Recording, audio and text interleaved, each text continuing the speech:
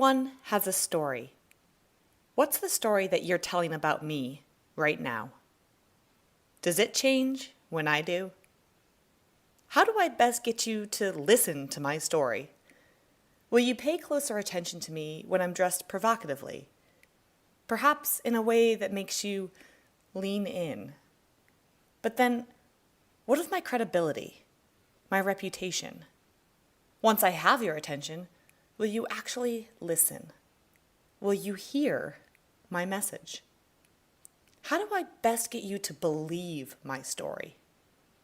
Am I more convincing now that I'm dressed more like a professional?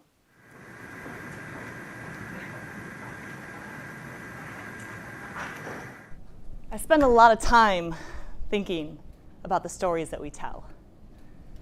How rare it is for us to consciously craft our own.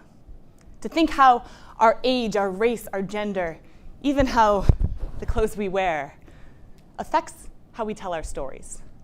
And certainly how they're heard. Perhaps sometimes even if they're heard. How does the story that you're telling about me now change when I tell you that I'm a PhD or a CEO, or that I definitely don't need these glasses? Here, do you mind? Thanks. Do you hear that voice in your head? The one that's telling you that my words might carry more value, that I myself perhaps have a bit more worth than the woman who pranced out on stage in that red dress just a few minutes ago. And what was her story? Like everyone, I carry many stories that I myself have not consciously crafted. Stories that have been handed down to me from, like legacies from my evolutionary history, my culture, even my family. The majority of those stories I share with most of you watching.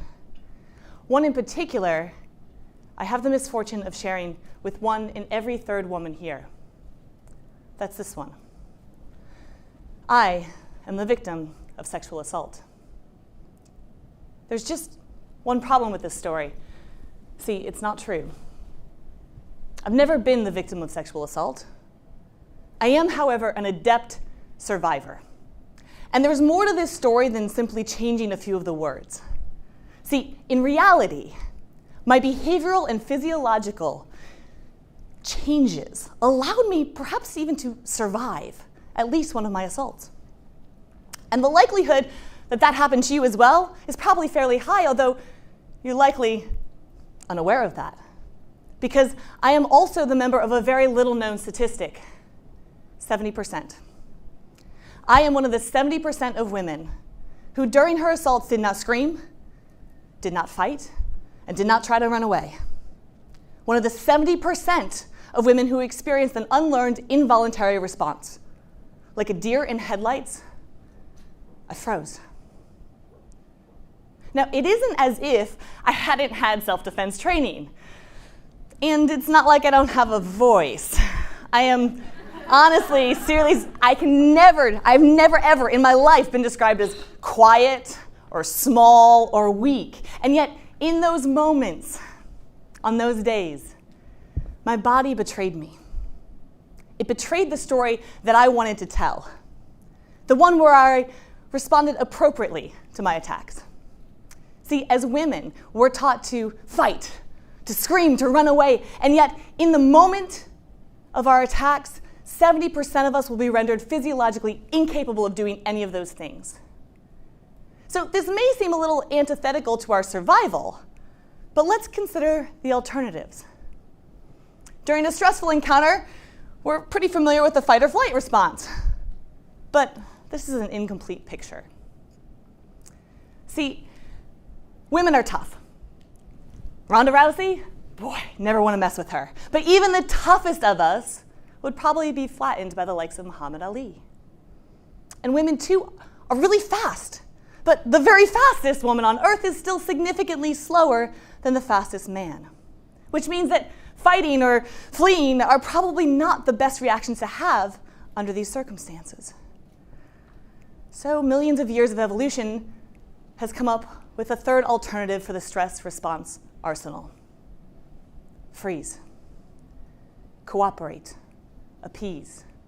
and try to reduce bodily harm. A recent study of college-age women uncovered a rather disturbing corollary. When these women were made to feel uncomfortable by an interviewer asking them highly inappropriate questions, things like, "You wear bras to work?" Or, "Do you find yourself to be sexually desirable?" The women not only sat and answered the questions, and by the way, didn't report the interviewer, but they did so with a smile on their faces. A smile. Why on earth would a woman who is feeling uncomfortable smile? For the same reason that she would freeze. Evolution has written the most successful survival strategy, and it looks a whole lot like grin and bear it. For evidence of this, we need to look no further than to our closest primate relatives. When chimpanzees are made to feel uncomfortable or nervous with one another, they pull their lips back and they bare their teeth in a grimace that looks remarkably similar to our smiles. This gesture is given most frequently by low-status individuals as a sign of submission in an attempt to reduce the physical violence against them. And yet, what is it that a male counterpart, human, might read when he sees a female so struck by his charms that all she can do is sit and smile at him?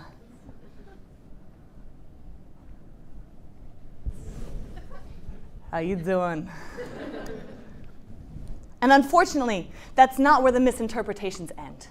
Because what are the stories that we tell about these women who have experienced the freeze and smile response?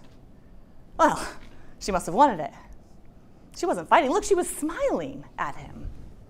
And these are the same stories that poison the victim's own mind. All she can do is sit back and think about those stories. It's no wonder that women who experience the freeze response show nearly triple the rates of PTSD and are more than 3 times as likely to show signs of severe depression. All they can do is sit back and think, why? Why didn't I scream? Why didn't I fight? Why didn't I run away? When in reality, her body was responding exactly as it was supposed to. And there's nothing she could have done to override the survival response in that moment. It would be the same as if I told you not to blink when I throw a piece of paper directly at your face. See, we are all masterpieces of evolutionary programming. And in a cruel twist of biological irony, when a woman experiences the freeze response and she survives her assault, the brain records that as a success. And so the likelihood of that happening again only increases. Why isn't this a story being told? When millions of lives have the potential to be saved, why isn't this better advertised?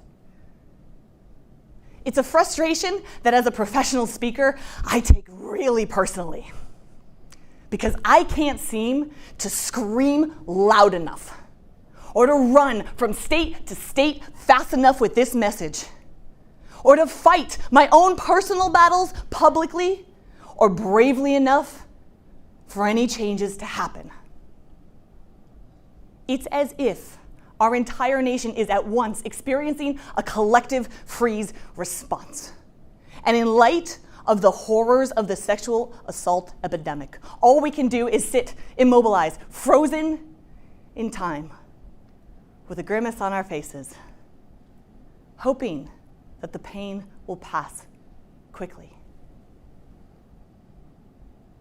I think it's time we begin to tell a better story about sexual assault. In every other crime, we seem to be able to clearly delineate where the lines of responsibility should be drawn. From an early age, we're taught that theft is wrong.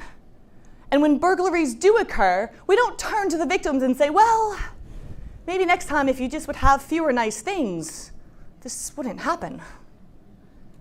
So why, when we look at the statistics around sexual assault and we see that 90% of the assaults committed against women, and 93% of the assaults committed against men are enacted by men, why aren't we empowering men?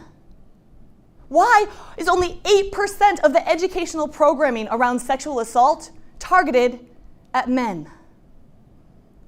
See, I don't think that the sexual assault epidemic is a women's issue. To be fair, I don't think that it's a man's issue either, or a gender non-conforming issue for that matter. I think the sexual assault epidemic is a biological issue. It's an issue around the subconscious stories that aren't being told, like the freeze response in women, and this one for men. Males, you are biologically wired for sexual overperception. This means that you think that girls are into you a lot more than they are, and a lot more frequently than they are. And by the way, if this hasn't happened to you, think again. And that's just because, energetically, sperm is really cheap. You guys are producing billions of those every single day. And so, biologically, it's far more costly for you to miss a potential mating opportunity than it would be for you to push a girl who's not into you just a little too far. And this is a story that we've reinforced in our culture again and again. We socialize young men early on to ignore rejection and relentlessly pursue whatever it is that they desire. It's become a major theme in movies. I don't mean to ruin an entire genre for you, but have you ever looked at the rom-com genre? When you start to explore the underpinnings, it's very difficult not to hear a slightly more vicious tone. Take, for example, the 2005 hit, Hitch. Will Smith opens with the following monologue. No woman wakes up and says, God, I hope I don't get swept off my feet today. Now, she may say something like, now's not a good time for me, or I just need a little space, or my personal favorite, I'm really into my career right now. You believe that? Neither does she. You know why? She's lying to you. You hear me? Lying. It's not a bad time for her. She doesn't need space. Now, Will Smith, if you are listening, which I really hope you are, you have the responsibility and power to be telling a better story. And his responsibility and power does not take away one bit from the responsibility and power of each of us in this room here today to consciously craft a better story. Millions of women are suffering with the false belief that they did not do enough to deter their assailants, while millions of men aren't armed with the educational programming that could prevent them from becoming perpetrators of sexual violence. It's time we break the mold. It's time we break through the stories that we tell about how men and women are supposed to act. To break beyond our subconscious programming that holds us hostage in our own bodies. It's time that we consciously craft a better story.